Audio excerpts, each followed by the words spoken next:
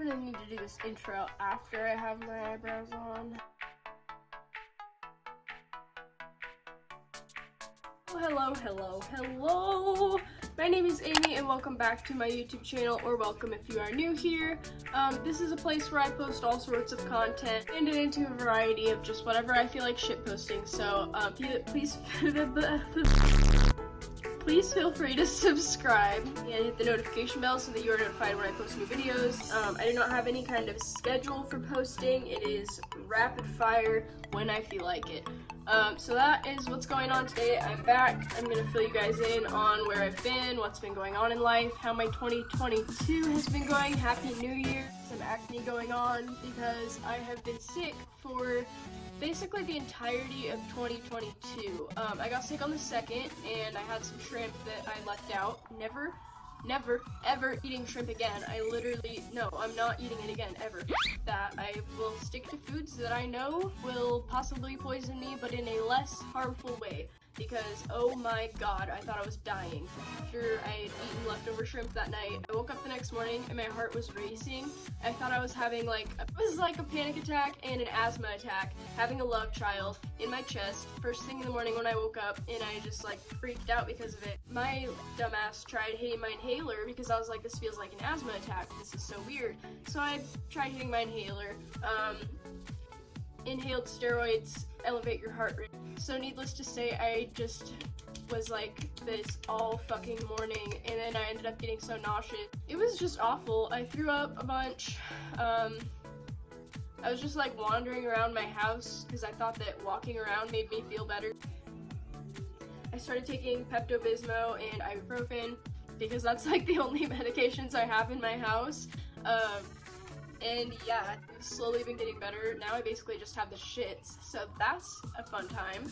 A little bit nauseous in the mornings, and this morning was the easiest so far from the past week or so. It feels like I have some kind of like sleep apnea happening, or like just, I don't know, it's not pleasant at all. I'm sure I don't have COVID because it's not like a throat and lungs issue, and I'm a smoker, so I feel like it would be prominent pretty quickly if I did catch COVID. And I'm not about to go to the hospital to get tested for that, because that's where people go when they actually have COVID, the hospital. So if I don't have COVID, and I go sit in the waiting room for the ER or in the hospital for 6 or 7 hours waiting my turn, I'm probably gonna catch COVID while I'm there. So I'm just not doing that whole situation. I'd rather be at home and heal and like be somewhere that I can have my boyfriend with me. If you go to the hospital these days, you can't have somebody come with you, and that terrifies me. And I've been drinking a lot of water, obviously, because you get real dehydrated when you're shitting and barfing and puking and burping and farting.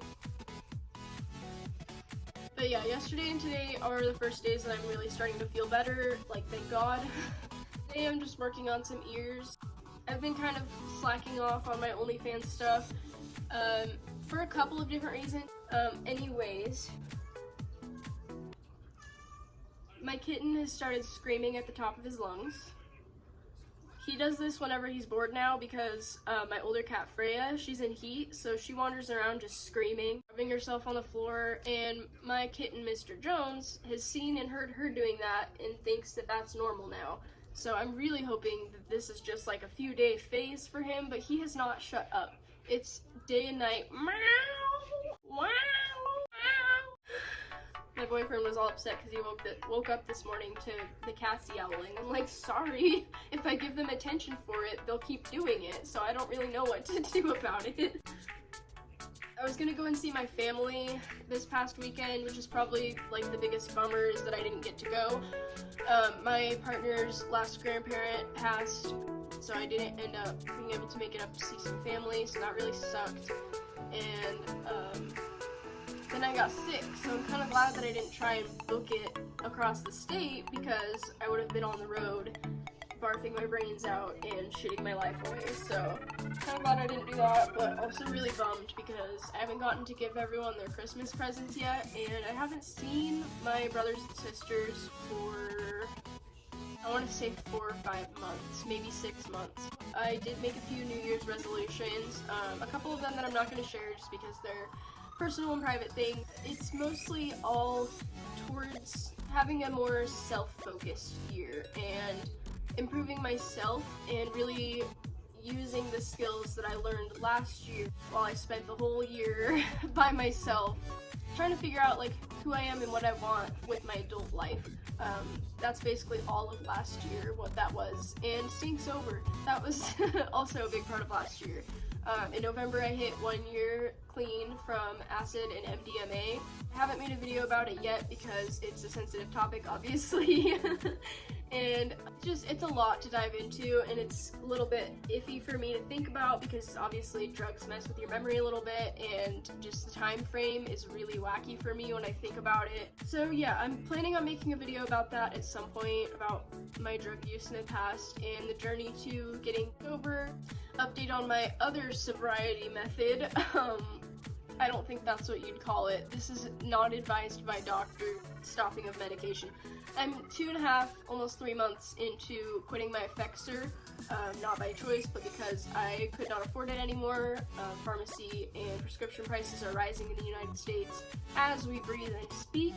Doesn't matter if you need a pill because you're dying, they'll take all your money for it, and then you'll be dying because you can't afford food, but at least you'll have your medicine. America the Great. That journey's going alright. I don't feel super, one way or the other about it yet, but I've read online from a bunch of different forums. Reddit has been a great tool. r/Effexor is a group that has just loads of people and their experiences on the medication and getting off of it. So that's been a huge encouragement to be able to go and see people's posts and see, okay, they're on this amount of medication for this long and they've been off of it for this long and this is how it's been feeling for them. It's really great to be able to see that and have an idea of how it's gonna go instead of just blindly flying into it. Because before I realized that I had food poisoning, I was thinking of every single thing in the book that could be wrong with me. I took a pregnancy test. I texted my mom and asked her about what COVID felt like because my stepmom and my dad and my siblings have had COVID.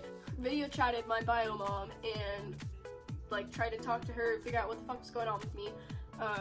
I thought at one point that it was maybe a symptom of withdrawal from my medication, but it makes no sense to have had such a heavy hitting episode of withdrawal after 3 months of being without. But I did learn from my Reddit group, which take with a grain of salt because it's just other people's experiences, but that's the kind of thing that I really like to read because it's more of a collective, it's not just a doctor telling you symptoms include possibilities of blah blah blah blah blah blah blah blah blah. It's actual people telling you what happened to them. So I read a bunch of people saying that the 3 to 4 month marker is where the medication is entirely out of your body and out of your brain. So this is where things might get a little bit depressed, but I think I'm going to be able to handle it. I'm hopefully, I've been a lot worse is the thing. I've been a lot worse. So I don't know. The future is hopeful. That's how I've been doing. Happy 2022. I'll make a video probably this year at some point on my drug journey and the journey to getting clean. So we're gonna make a video soon about the bad parts of sex work because it is not glamorous. And yeah, Happy New Year. Hope everyone's having a fantastic day. Drink plenty of water. I think that's all that I've got for this video. It's just a little update, where I've been, how life's been going. I hope everyone's having a really great 2022. I'm gonna get to work. See you guys. How dare you, Mr. Spears? You had me fooled. And you too, Mrs. Spears. Death to all of them.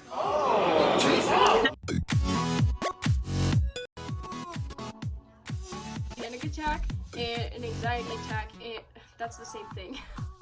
It's 18-year-old girls that think oh, I'm gonna start being sexy on the internet and make bag, but that's not how it works. You have to steadily market your product and know what you're doing and know how to advertise so that platforms don't deplatform you, because sex work is categorized the same way as sex trafficking when it comes to the internet, because our government doesn't understand the internet because they're all fucking 80.